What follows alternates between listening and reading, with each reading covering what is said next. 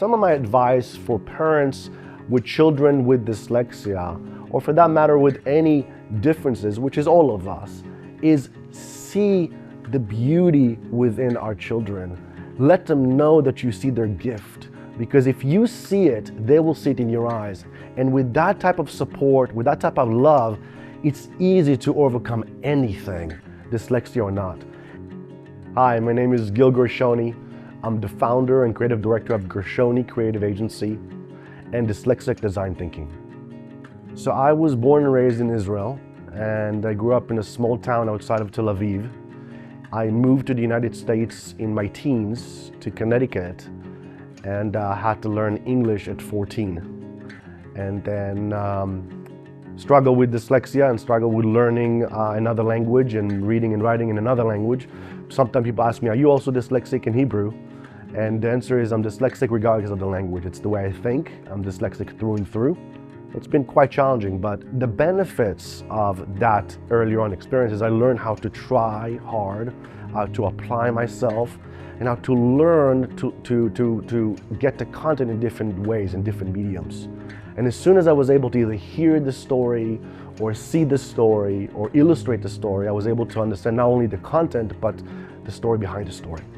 So the Dear Dyslexia postcard project started about a year ago, where I was looking at the intersection of dyslexia and identity. And I wanted to focus not about the disability of dyslexia, but the strength of dyslexia. I wanted to ask children of all ages, like, what do you love to do? What gives you joy? Because that's also your dyslexia.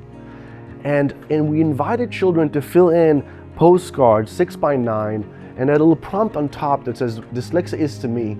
And they had to fill it with a single word and then illustrate or express those feelings to go along with it.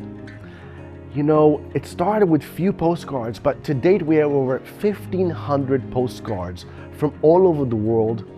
You know, children as young as 6 and as mature and as senior as 82 participated, and the postcard keep coming.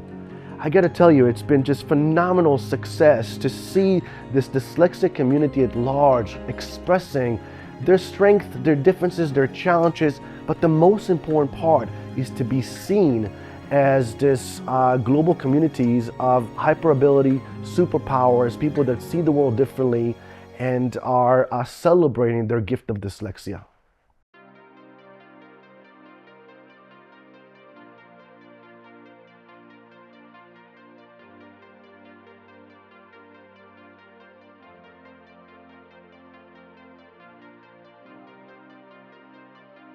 I'm proud to be dyslexic because to me that means that I have a superpower that is different than traditional superpowers. I'm proud because of my dyslexia, because when I was at public school, I was my own person and I wasn't like everybody else.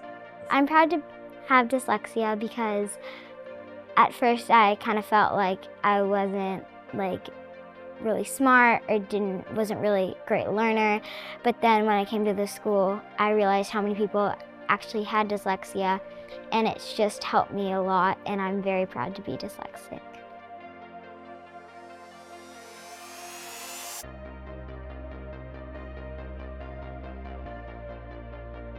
The first thing to understand is that I don't see it as an issue. You know, I see it as just the way I see the world. And when I lean into my gift of dyslexia, my ability to negotiate everything around me, then it's more of a practice like anybody with a gift, so you hone your skill. I've done it since I was a little boy, and I've learned how to look at the world around me and find ways around the perceived non-negotiable constructs. It's difficult to read and write because I look at letters as negotiable symbols. For most folks, these are non-negotiable symbols that when you read a sentence, you just get the story. For me, every time I see those characters, my mind and my imagination, you know, goes to many places. So it's a little difficult to read and write, but you take the same so-called disability and you apply it to anything else I do, and it's a hyperability. I was sophomore at college, I was at the guidance counselor's office and the phone rang, and the person behind the counter said, there's somebody on the phone that's looking for a designer to design the Miami Grand Prix in Miami. Do we know anybody? And of course, with the same tenacity, I said, I can do it. I picked up the phone, I talked to the gentleman on the phone, and I said, we can absolutely do it. Hung up the phone, and the first thing I said is I had no idea how to do it and what to do, so I called a couple of my friends, and we started to sort of plan how to do it. We executed the project with him. We started to work with him for years in other sports events, merchandising, all sorts of different campaigns. And that was really the beginning of my agency. I just love what I do. I mean, every day is so much fun. My goal with the Dear Dyslexia project is to shed light on the strength of the dyslexia mind, to bring awareness to this dyslexia thinking, and to celebrate this community locally and globally. It's amazing to see children of all ages, from 6 to 82, expressing the gift of dyslexia, showing you, not just telling you, how I think like a dyslexic, and celebrating it. So for me, being part of this People's Art project is a transformative experience. And I invite you all to check out the online gallery. If you haven't yet, download the template from our website, send it to me. I'll make sure that it's scanned in, that we can keep creating this narrative about the power of dyslexic thinking.